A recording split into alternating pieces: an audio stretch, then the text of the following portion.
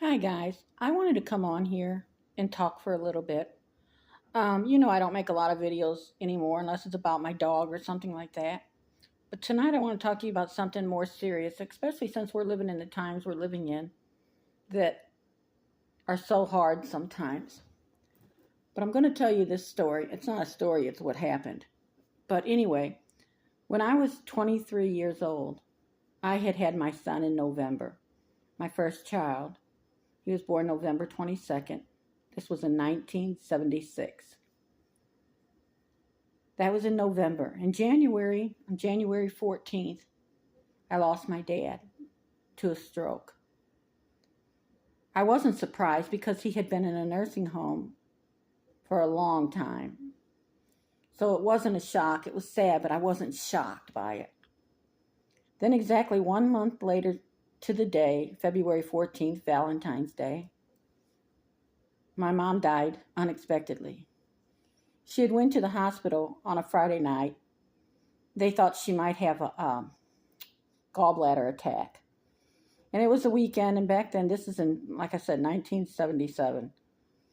I guess they didn't work as much on the weekends. Anyway, so she went in on a Friday. Monday morning, we got a call to come up to the hospital, which I thought we were going up there because she was going to have surgery. But when I got there, she had passed.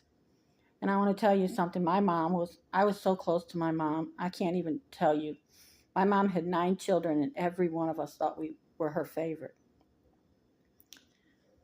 And she never played us against each other. She was the most wonderful person you could ever want to meet. And I know everybody says that about their mom. But I lost her. I was 23 and just had my son, and I lost it. They had to bring smelling salts, everything like that to me. I was just gone. I didn't even care if I died. I just wanted to be out of that pain. But then my sister had turned to me and said, Marcy, Mom would want you to go on for Adam. And I thought of that. And I thought, one time when I was little, I asked my mom, because I knew my mom's mom died before I was born. And in fact, my mom was pregnant with me when she went to see her mom. She was in North Dakota. My mom's from North Dakota. So she went up there to see her mom, and she was pregnant with me. And right after that, her mom died. And I said to my mom, I said, Mom, how could you stand it after your mom died? And she said to me, I had to go on. I had 2 kids. And so when my sister threw that at me, it was so strange, but it worked. It made me realize my mom would want me to go on and take care of my son. And one of the last things I remember about my mom is she was holding my son. Of course, he's brand new. And I was in the living room. My mom was walking with him, and she was talking to him in his ear. And she said to him, you're a lucky little boy to have the parents you have. And that's the last thing I really remember in her home that I remember. And then it was like right after that, everything went wrong. But I wanted to tell you this because after that happened, I used to sit for hours in a bathtub and just beg my mom to give me a sign that she was still with us, or that she could just give me a sign that I know she hasn't left me. I'm telling you guys, I was so messed up. It was crazy. I was probably messed up for 5 years before I could even think clearly anymore. But anyway, so I kept sitting there and saying, just move that picture, Mom. Just please nothing. I got nothing from her. And I know that when we leave this world, we don't stick around here. We don't. But I believe that God can give us, well, I know God can give us any message he wants to, but here's the thing. I got nothing, and I got over it. I knew that if that had happened, and I know that if anything had happened, I would have never been able to move on. Even the slightest thing, I would have never been able to move on. I would be constantly searching for more. So God knew what he was doing when he just let me live in my pain. Anyway, so then years later, many years later, probably, I don't know, this has happened about maybe 15 years ago. My sister was married to the love of her life. They got married when they were young, and in fact, he married her after my mom died. Um, and they had I know you're going to think this sounds crazy, but they really had a perfect marriage. She loved him beyond belief, and I don't think they ever had an argument, ever. First of all, my sister, I don't know if he could have an argument, but my sister just doesn't have it in her. I've never seen her get mad, even never in my life, and she's the closest in my age. And but I know now she could have been a little bit evil because she destroyed some of my toys. But anyway, that's not the thing. So anyway, they had this amazing relationship, and they had a little girl, and they were just so happy. Well, one day he was coming home from work, and he called her to see if she wanted him to stop at the store and pick up anything because he was, it's right by the turn before they go up to their road. They live in the country. And she said, no, I have dinner ready. Just come on home. So he didn't go. He didn't stop. He went on. And just a little bit up the road, he was going to turn right onto their road. And as he stopped, a kid that was 16 years old and driving and texting came right across the center line and hit him head on and killed him.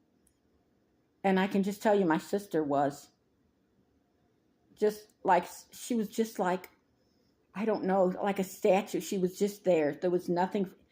You couldn't even hit her with anything. She was just numb, just sitting, by the time I got up there to see her, because I didn't live in that area. So anyway, it had been a few days and stuff, time had gone by, and finally she got with me, and we were going to go to Walmart, I think, somewhere like that. And we parked, and I was just happy that she was coming out for a little bit.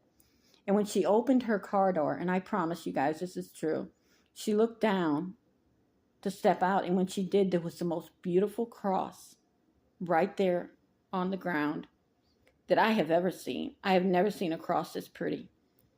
It wasn't on a necklace. It wasn't like attached to anything. It was just this cross. And it looked like one that would go on a necklace. It was about maybe an inch long, long. But it was so beautiful. And I told her, I said, he can't communicate with you, but God can. And God gave her a peace then that she knew that one day she would be with him again. And I think today, with so much going on in this world, people forget about God. They don't turn to him like they should. Recently, I've been doing a lot of praying because of everything going on and just looking for answers. And he does answer me. I can't even tell you how. It's just the strangest thing. I can ask him something and say, what should I think about this? And I will get a message one way or another. I'm not going to go into it all, but I get it. He doesn't talk to me and say, hey, Marcy, this is what. No, I get a message from him many ways. So anyway, I just wanted to share that with you tonight because I was listening to another YouTuber who was talking about her experience with things going on now, and how she said things are happening right now with her that has, even though she's always believed in God also, the closeness and the things that are happening are just so strong. And I honestly get it, because if you turn to him and truly believe, he answers you, not in a voice like that says he's talking to you, but you'll get the answer. It's clear as day. And I'm getting more and more of those right now than I've ever gotten. And I just wanted to share that with you, because if things are bothering you, if times get where it's real scary, just ask him and pray to him. He'll hold your hand. He's not going to leave you alone. And even now when things get tougher, I'm really having a bad time, I just say, please, Jesus, take my hand. And it works. I feel so much better. I can lay down and just put my hand out. And it doesn't mean everything's always glorious and happy. And, I don't have, trust me, yesterday I'm sitting here in my living room, and all of a sudden I noticed water, and I was like, what the heck? Did my dog have an ex? All of a sudden it started coming more and more and more. Well, the girl next door to me had, I guess, fallen asleep with something on the stove. And so the alarm went off, and I heard the alarm go off, which isn't that crazy because it happens from time to time here. And I come to find out she fell asleep, and the pot on her stove, I guess, started burning or smoking real bad. And the sprinklers went off. It flooded my apartment. I mean, flooded it. You can see now that the floors are fine. They came up and worked on getting them all back. It was bad, real bad. And it's probably like an inch of water in here. And it was horrible. But anyway, that's neither here nor there. I was just saying that, I still have bad days like yesterday. Such a bad day. But it's okay because I know he's not leaving me. And I got through it and was no big deal. And I told her, it was an accident. I wasn't upset with my neighbor. She works so hard. And she said she needs to cut back at working. And I said, yeah, you do, because she's so tired. And that's what happens. She just falls asleep doing anything. You know what I'm saying? So the point is, I still have bad times. I'm not going to pretend like everything's always so perfect and wonderful and, I don't have any problems. No. But I can get through these problems a lot easier. And I'm just asking you to maybe just reach out and just really trust in him, and he will answer your prayers. I promise you. Anyway, that's all the story I wanted to tell you guys about. I'll talk to you later. Bye-bye.